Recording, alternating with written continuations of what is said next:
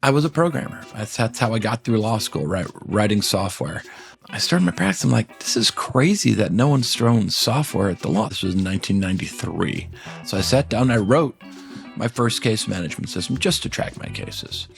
My firm started to grow, and so the software needed to do more. Over the years, we built this beautiful piece of case management software that did everything, not because we took our business processes and worked them into the software, really born of our business processes. And one of the things we say in our practice is the way we've always done it is no reason to do it that way again. I say it a little differently. I tell my people, no one could design a worse system than me, so I really need your help to make things better. And because we're able to incorporate that into software, it's efficient, and it's exactly what we need. Howdy, and welcome to the show. Cooper's Code focuses on legal issues and notable practitioners, distilling wisdom so we all achieve the best results for our clients. I'm Miles Cooper, and I'm very excited for this conversation with Todd Schneider. Before Todd founded Schneider, Wallace, Cottrell, Kim, LLP, he supplemented his income during law school as a database programmer. When he entered the law, he did so as a double threat, both as a trial lawyer and as someone deeply interested in process. That led to dual successes, both with a law firm and with a custom-built case management software for that firm that eventually became so successful, it became a separate company known as Clarra.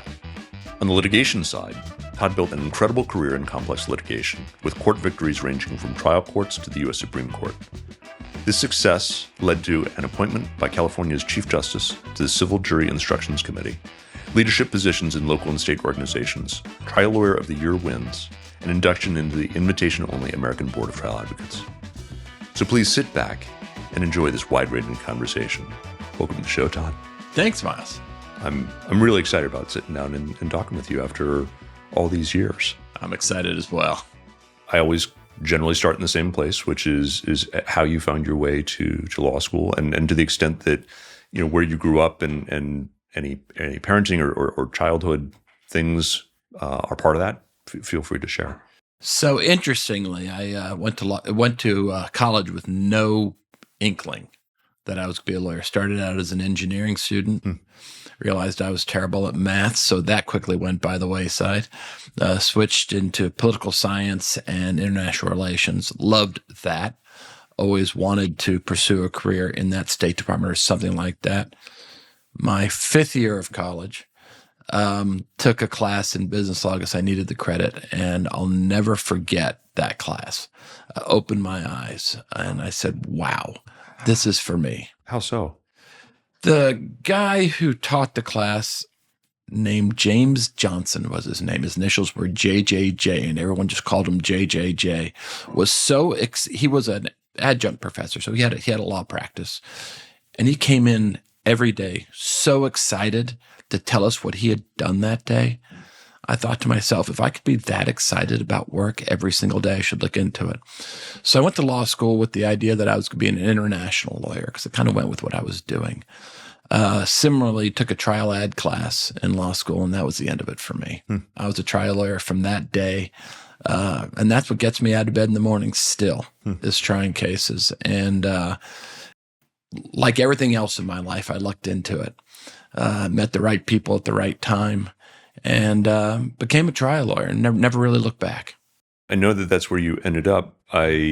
Because we had the benefit of a pre-podcast conversation, I learned that you have some programming background as well. Can you tell us how that unfolded and how it led to some parallelism in the law world? Sure. So I started my law practice at the ripe old age of 27. This was in 1993. At that time, there was no such thing as case management software. Didn't have the Clarras, the Clios, the Litifys of the world. And I was a programmer. That's how I got through law school, writing software. That's how I made my extra money. And I started my practice. I'm like, this is crazy that no one's thrown software at the law. So I sat down and I wrote my first case management system just to track my cases.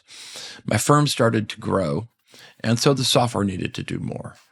So my staff very quickly understood that if on a Friday they said, Todd, I wish the software would do this, by Monday the software would do that because I stay up on the weekend and get it done.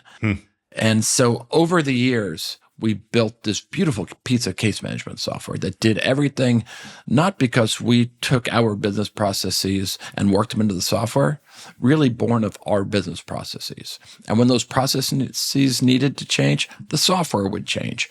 When some judge had a new court rule, that would get built into the software. And so over the 30 years of the practice, we've always done our job that way. And one of the things we say in our practice is the way we've always done it is no reason to do it that way again. I say it a little differently. I tell my people, no one could design a worse system than me. So I really need your help to make things better. And because we're able to incorporate that into software, it's efficient and it's exactly what we need. I remember being knee-high to a grasshopper and walking along Van Ness with you from something over 20 years ago probably, and talking about digitization and the paperless office, not no paper, but scanning and where documents went. And even back then, you really had some very creative ways of handling things. So when I started practicing law, email didn't exist. Voicemail had just kind of came out. You were still getting, your receptionist would write you a note on a piece of paper about who called, and you would call that person back. So as we started looking at computers and the law, we started looking at these shelves of notebooks that we had, which were our files. And somebody had to file all that paper. And then you never knew where to find that paper. And so my staff said to me, can't we digitize all this? And we did. And we started scanning way back in the early days when scanners just came out, every document that came in the office. And then that would be distributed to whoever needed to see it by a custom precursor to email. It was an intranet that we had built, and you could distribute things to people digitally. We started building files that way. Then we realized that, well, if we're building a file, how are we going to put it all? How are we going to find it again? So then what you'd call tagging today, pleadings, communication, whatever, discovery, we built the rudimentary tagging system. And all of a sudden, those notebooks we had on the shelves, we didn't need anymore. What we did is when a piece of paper came in the office, we scanned it and we filed it in a cron file. Not by case, just by the date that came in. If we needed to get our hands on that piece of paper, we had it electronically. We had the tag of what it was, when it came in, and what case it was from. And all of a sudden, we didn't need the army of people that it took to keep the files up to date. Rather, what we could do was let our office run efficiently, which let us do a lot more cases, frankly. I remember the all hands emergencies that happened on rare occasion in the papered file world, where something had been misfiled and nobody knew where, but they knew they needed to get it, and everyone was tearing apart the drawers. So we had a funny version of that at our firm. Because we didn't rely on paper, we couldn't easily put our hands on the original of things, which isn't important, except when you're going to trial and you need the original sealed deposition.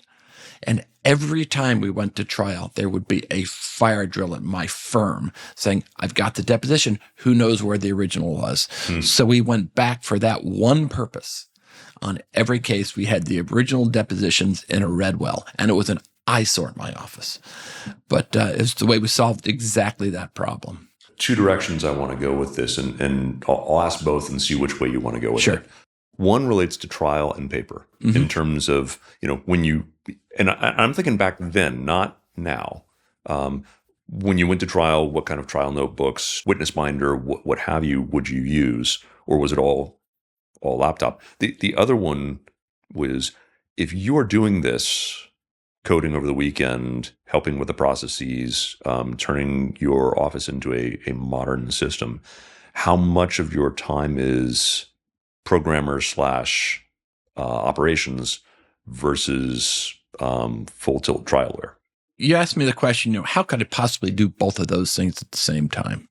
Well, the answer is that being a programmer made the lawyering part more efficient. So I actually had more time than I would but for it. We weren't looking for paper, right? We were able to take a document and have an outline of that document that's tagged by issue. You think right now you take that for granted, right? You can go through deposition, tag it by issue. You couldn't then. There was no way to do it. And then you could go across 20 depositions and look at all the issue tags. So you get ready for your trial or the next deposition that much easier. So that's how I built the time to do the programming. The other part was my wife. She got used to me laying in bed with a laptop writing software. Interesting. And it was really interesting because she would be reading a book or maybe snoozing, and I'd get excited about something I wrote, and I'd wake her up and say, look at this. And she'd be like, oh, no. Did you have little kids at this point? My oldest one was born in 98. My youngest one was born in 2000. So by then, there was much more software available. I was still writing software at that point. My youngest one is is a computer engineer now. My older one works for sales in Clarra, our software company. And so they're both very much involved in that piece. I want to make clear on the endorsement side that we talk about different products on the show. There's no endorsement from any advertisers for any of the things that we do on Cooper's Code. And I don't use Clarra. But I would love for you to talk about it, not as a sales pitch, but in the realm of case management software, what you like about it, what you might disfavor about other products. So Clarra is the commercial version of what I wrote. And this is the way Clarra happened. I've got a good friend. Our kids have known each other since they were in kindergarten. And about 4 years ago, we were having a beer. And I was telling the exact same story that I told you. And he said, well, what did you do with it? I said, oh, no, it runs my law firm. And he was an entrepreneur. He said, have you ever thought about commercializing it? I said, well, I don't want to support software. And it was written by me over the years. It's not thought out code. He said, let me put my engineering team on it and we'll commercialize it. So what is today Clarra is exactly what I was describing. It is a piece of software that runs a law firm that was developed by a law firm's business rules. Mm-hmm. And so if you looked at it, there'd be no learning curve because you would say, I do this every single day. Mm-hmm. And that's the beauty of Clarra. Of course, we're incorporating AI now, where it's got a chatbot, it's got AI document assembly, all that stuff that I never put into my software because it frankly didn't exist before the last 3 years. But it's modern, but it's old-fashioned. It's easy, but it's complicated. And it really is designed to think like a lawyer, but not any lawyer, but a lawyer who runs a law firm. The only other product I can think of that has kind of the same roots, as far as I'm aware, is Litify, Morgan & Morgan's That's right. development. That's right. Very similar. Interesting. Yes. The one piece that seems to always be a hiccup in case management software is deadline integration. Meaning, does it have its own calendaring system embedded, or do you have an app where you're pulling somebody else's calendar rule set in for Clarra? So there's a company called Calendar Rules that puts out an API that we hook into. What Calendar Rules does, which is great, is they've got rule sets for every jurisdiction, every judge, including local rules. We couldn't do that. You couldn't do that. Right. So we've integrated their API into our system. You can also do your own custom rules if necessary. But when you calendar that you just got a motion for summary judgment hearing date in Kalamazoo, and it's Judge Smith in Kalamazoo, it will calendar all the deadlines for Judge Smith in Kalamazoo instantly. And if Judge Smith changes the hearing date, all deadlines change. You can also calendar your own internal deadlines. I want to get the brief done 2 weeks early. I want a draft of the brief 3 weeks early. All that gets calendared and gets attached to the hearing date. So when the hearing date moves, everything just moves. If you get a new associate and you want to move from John Smith associate to Jane Doe associate, you simply do a substitution and everything moves. And does the calendar live in the case management software, or does it show up on, and I ask this because I know there are a lot of lawyers who have people who deal with all the calendar stuff, but what they see is on Outlook or some other calendar system. So it's got two-way integration with Outlook. So you can see it in the case management system, or you can see it on your Outlook. You get an invitation in Outlook, you simply forward it to Clarra. It goes into Clarra. You calendar something in Clarra, it goes onto your Outlook. Wasn't supposed to be a sales pitch, but it sounds like it's very useful for the right firm. I'm trying not to pitch it, but it's great. Yeah. Another nerdy question. When you were writing it originally, what were you writing it in? So initially, when I wrote it, it was in Visual Basic with a SQL backend. It was then went to a .NET front end with a SQL backend. Now it's in React and JavaScript with a SQL backend. Very cool. Yes. I was with you till the very end. My other question was, and here I'll split the question. A lot of lawyers, when they go to trial, they might be digital at this point. They might not rely on paper copies of things anymore. But by the time you get to court, they're big binders of exams, of the deposition to flash in the witness's face when they go sideways. And I want to do it two ways. When you first went to this paperless setup and you're going to trial, how did you deal with paper? And is that any different now? Yes. So when I first went to trial, the Elmo, if you remember the Elmo, I remember the Elmo, had first come out and was crazy expensive. I was a young trial lawyer, no Elmo in my office, couldn't afford it. So I used to go to Kinko's at night and make those giant blow-up posters. You know what I'm talking about, yes. Right? And you would write on them with a marker. Yeah. And my favorite thing to do is when the defense put up some big blow-up of the verdict form, on rebuttal, I'd go write my numbers on their verdict form. Yes. So that's how it started, and I would have witness binders. Then trial director. Yes. When trial director first came out, blew my mind. Yeah. We would digitize everything into trial director, and I used to have a barcode reader. Yeah. We would put a barcode on, this was all within trial director, but a barcode on every piece of paper. So you would have a binder full of barcoded evidence, and the witness would have a similar binder, and you'd hit it with the barcode and the document would come up for the jury to see. That was great. Then fast forward to now, completely paperless in trial, except for a witness binder and a judge binder. Everything happens on the iPad, including handwritten notes. All handwritten notes on the iPad are coded so that when you get to trial, I like to keep what I call a closing argument tag. So anything happens for closing, you tag it, a rebuttal tag, a cross tag, and a direct tag. So everything is coded. So you know if for example, if witness A says something that you want to cross witness B with, most lawyers lose that during trial. But if you're tagging everything for cross, before witness B comes on, look at your cross tags, and there it is right in front of you. Same thing with closing. I have my entire team take closing notes throughout the trial. And when we get down to write closing, everybody presents their notes. And there's no dumb notes. We sift through it, and maybe 1 or 2% get actually used, but we don't lose the thread, which is so important. I think you can only do that digitally. Reference an iPad. Do you TrialPad? What system do you use for, or is it within Clarra? No, it's not within Clarra. Okay. On the note-taking sides, I tend to use Notability, which I think is a great piece of software. Trial Director, we use on the evidence side. There's also tagging in Trial Director, which is great. Then we use PDF Expert. Yes. Yeah, we use PDF Expert just for easy taking notes on documents. So it's kind of a mix of things that we put together, but the whole key to it is tagging, and tagging. I see a pattern here in the documents as they come in, and then as you're doing the trial itself. We'll talk about this later, but I think there's one way to try a case, and that's my way. Why don't we talk about it now? It's actually not true. I think there's great trial lawyers out there that do it differently. But I tell people in my firm, there's one way to try a case, and that's my way. And there's a reason for that, because I think preparation wins and loses trials.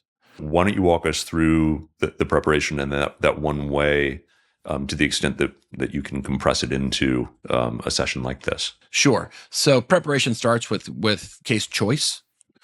I firmly believe that juries decide cases based on the equities. They'll figure out a way to make the law work. but the equities are the most important. And so as you choose cases, you have to keep your eyes on the equities. Giant damages, the equities are wrong, you're going to get defensed. So that's where you start with the equities. We like to say in my office, we'll do any case if two things are true. One is we got to be able to make money on it, otherwise we can't keep the lights on. But the other thing is it's got to change the world, even if it's just a little bit. That's the equities piece. And so I think case selection is the first thing. Then throughout discovery, you've always got to think about trial. How is this going to play into my trial plan? We do not do cases expecting to settle them. Like every lawyer, we settle most of our cases, but we will never do anything for the purpose of settling a case if that thing somehow prejudices our ability to try the case. And so as you go through discovery, you're asking yourself the question, what am I doing at trial? What is the jury going to see? How does this affect the equities? Where does this fit into the law? And in order to do that, you got to do a couple of things. One is you've got to know what your jury instructions are going to be early in the case. And then you've got to look at what your different categories of evidence are going to be. And everything you do in discovery, you do because it's filling in a hole in the category of the evidence. I want to follow the thread, but this is an opportunity to tangent. Do you feel you have any personal benefit from granular knowledge of the jury instructions given your role with the jury instruction committee? You sit on the California Jury Instruction Committee. You were appointed, right? I do. I've been on that committee for close to 2 decades. Okay. I want to make sure that I answer that question in a careful way. Sure. There's no benefit to me by what the instructions say. The watchword in developing the instructions is accuracy. And the instructions committee is very careful to reflect what the state of the law is. And I'm a plaintiff's lawyer, and if I got to write an instruction, that's a defense instruction because that's the state of the law. That's the instruction that gets written. However, so no advantage there. The advantage is, as you said, is an intimate knowledge of the jury instructions. I'm very facile with the instructions themselves. So if the judge asks, well, shouldn't we have an instruction on this? I can easily say that, that's at 2105. Which is great. We also spend a lot of times in the instructions committee on the directions for use, which as a trial lawyer tip, look at those. Very, very, very rich in information. I know what the committee meant when they wrote the instructions, and it's usually described in the directions for use. So where a judge interprets it in a way that I believe the committee didn't mean, I know where to look, and I know how to walk a judge through what the committee meant.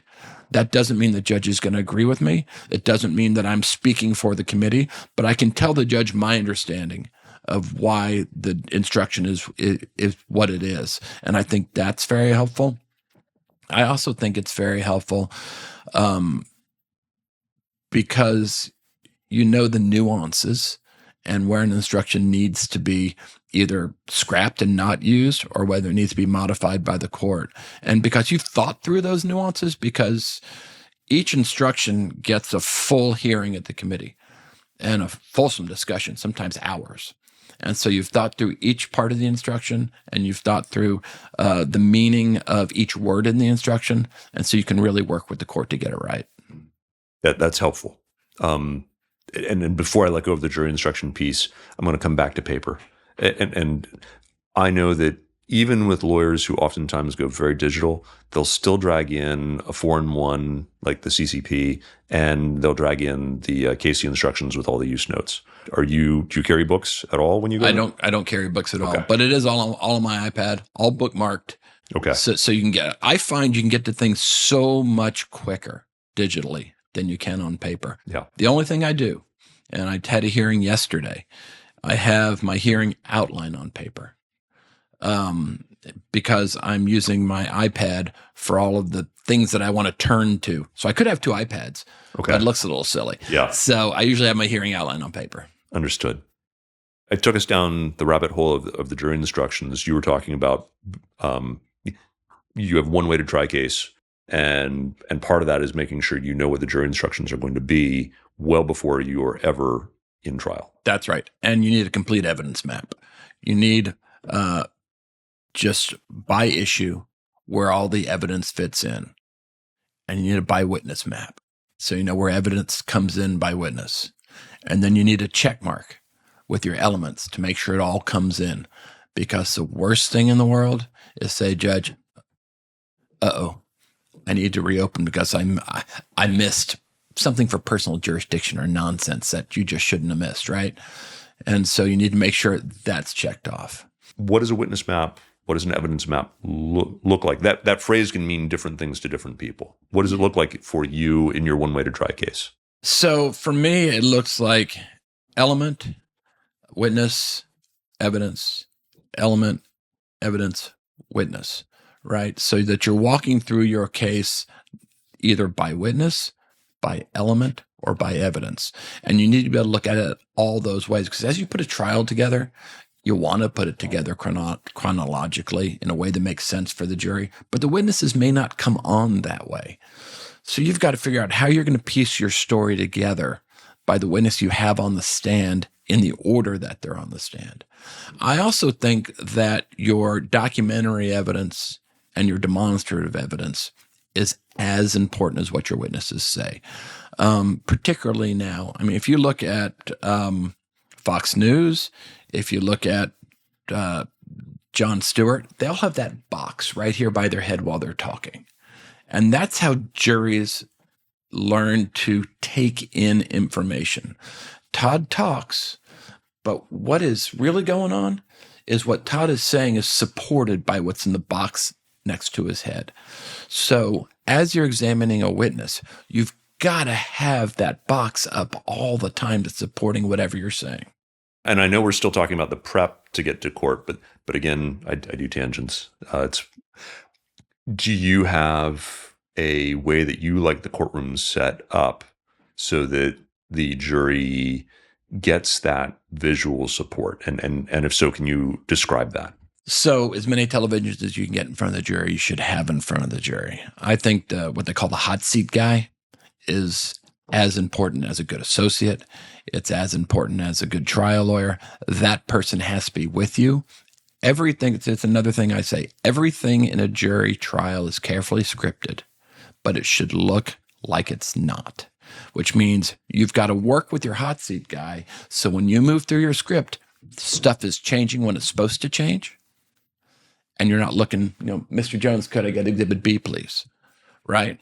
So that means prep, and more prep. Your witness exams have to be scripted.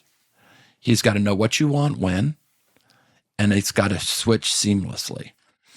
I always say direct examination, the witness is testifying. Cross-examination, the lawyer is testifying. The witness should just be saying yes, no, whatever the appropriate answer is. In order to get a cadence, you've got to be working with your hot seat guy. So as the witness is saying yes and no, whatever the appropriate document, A, it's got to have been admitted into evidence. You got permission to publish it, and it's got to come up at the right time. And all that's about careful prep. You use the phrase hot seat. Can you, I think I know what you're talking about, but can you break down what you mean by that? Sure. It's a vendor that sits at a table behind you, and that person's whole job is to show the jury or the witness or the judge documents at the right time, highlight the right section, pop out the right section, and all. I can't tell you how much time we spend scripting that. And the beauty of it is it comes out unscripted, but the prep is everything. Understood. Does that person also work with, I presume you videotape your, even the phrase videotape is a dated term, isn't it? I presume that you visually record your depositions. We do. And does this person help with either preparing things if the witness can't be there, but more importantly, being able to hit somebody on cross with an inconsistent statement? So my cross scripts are there. Again, there's one way to try a case, right? And I say that as a joke because I think, again, there's many great trial lawyers that try cases differently. But the way I try a case is my cross script looks as follows. It says the word question, the question I'm going to ask the witness, right? Then it says expected answer with that witness's answer. Then it has a cite. So every question in cross You've got the question, you've got the expected answer, and you've got the cite. And the hot seat guy has all the cites ready to go. So if you answer right when the answer should have been left, I don't argue with you about it. Ask a very simple question. I said, you remember when we took your deposition, you swore an oath at that deposition. You said you were going to tell the truth. Everything you said at your deposition was true. Yes. And then the clip comes up. And what that does is that last question, everything you said at the deposition was true. It sets up the deposition answer, which is the right one that you want, against the trial answer, which is the wrong one that you don't want. Interesting. Yeah. And so that's very important. And then as soon as you get, yes, everything I said in my deposition was true out, you've got to have the evidence right up because you don't want the witness giving you some other explanation at that point. So that's the hot seat guy making that happen. Understood. And is there a reason why the hot seat person has pre-done the clips as opposed to just dragging and highlighting and playing out of trial director?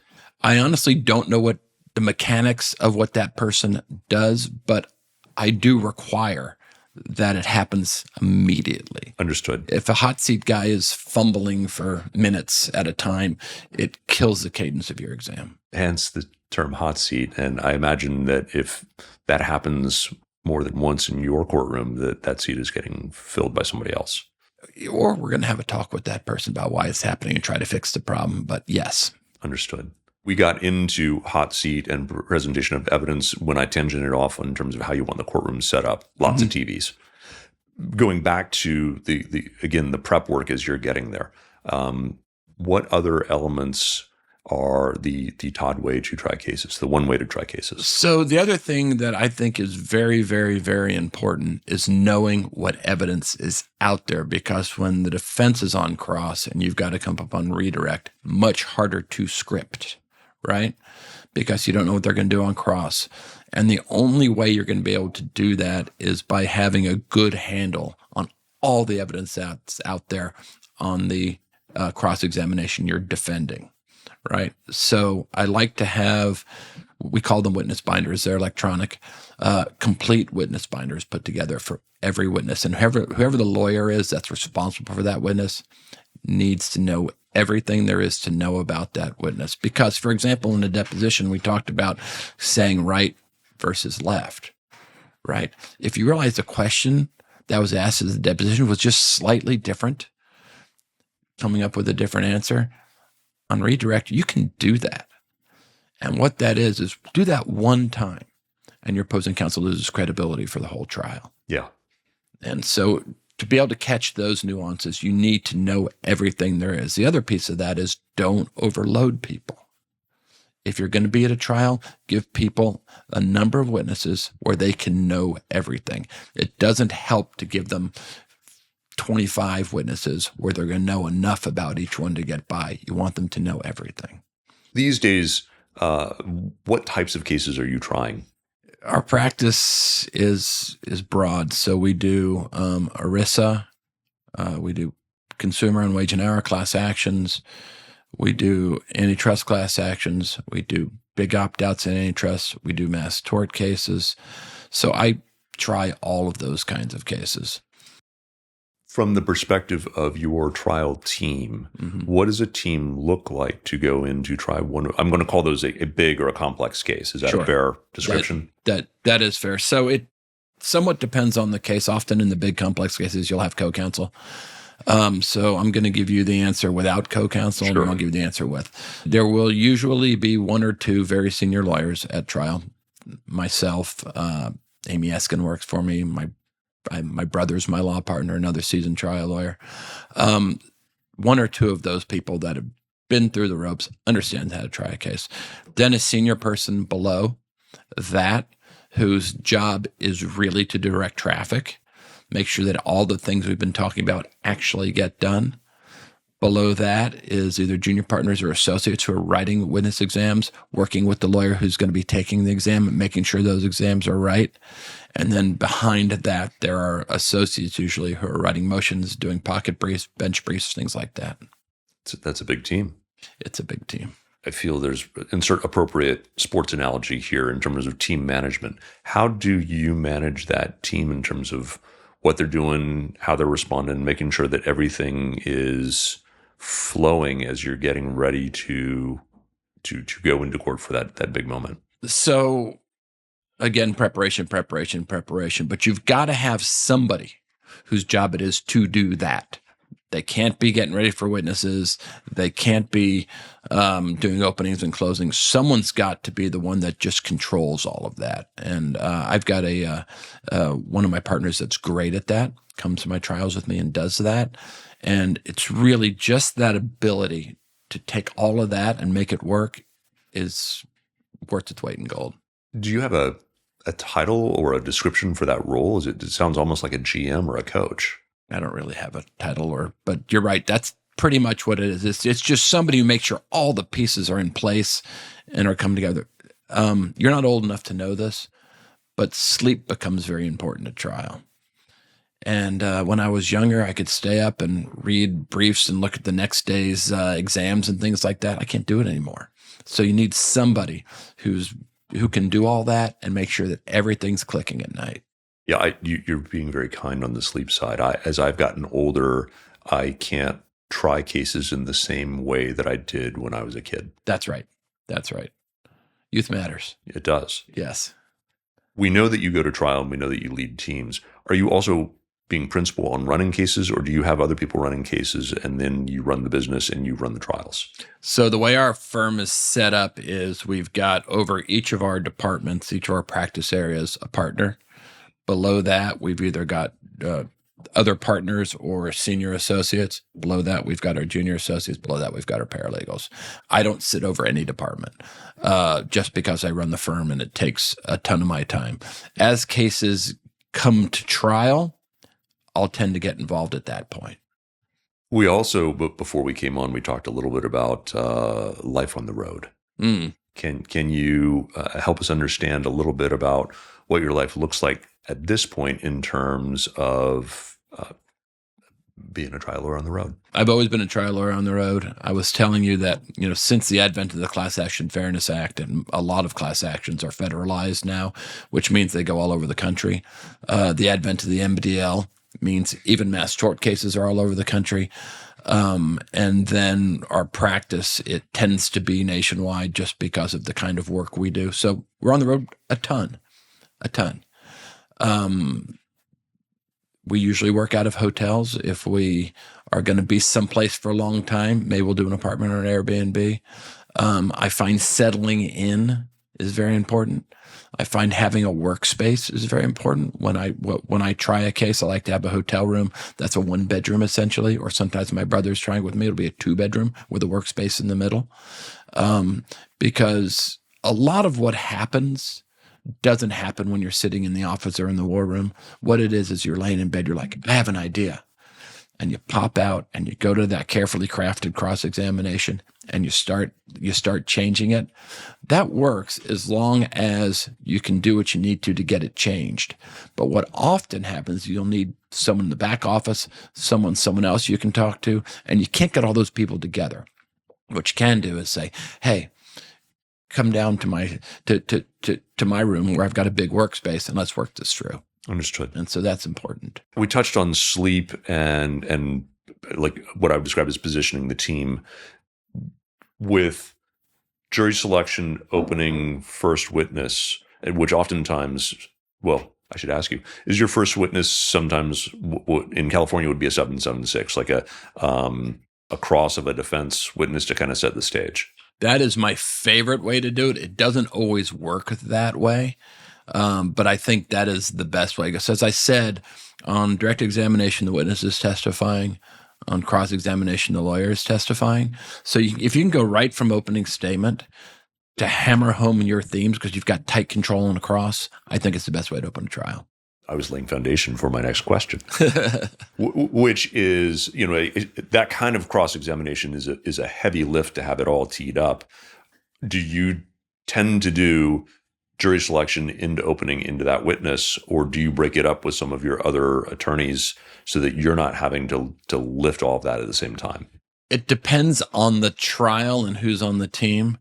I love cross-examination. It's my favorite thing to do, like most lawyers. So,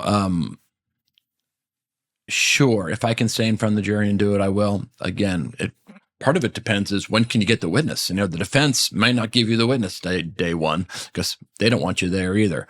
And you've already split up the witnesses with your team. You're not going to make, at least we're not going to make a mid-trial change on a witness.